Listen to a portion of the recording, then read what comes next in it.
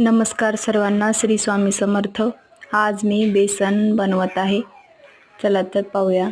तेलामध्ये मोहरी जिरं घालून घ्यायचं, नंतर त्यात कांदा घालायचा। कांदा छान भाजून घेतला की त्यात लसूण घालायचा।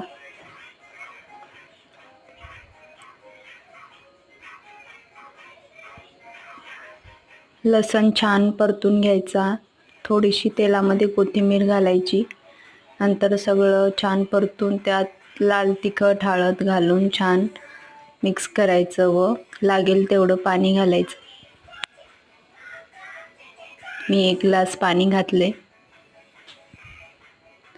मीठ घालायचं। नंतर मी ओल्या खोबऱ्याची नारळाची चटणी केली, त्याला तडका दिला आहे। ओलं नारळ, मिरची व कोथिंबीर मिक्सरमधून काढून त्यावर तडका टाकून मिक्स करून ही चटणी चवीला खूप छान लागते। पाण्याला उकळी आली नंतर बेसन पीठ टाकून छान फेटून घ्यायचं। तयार आहे आपलं बेसन, या खायला।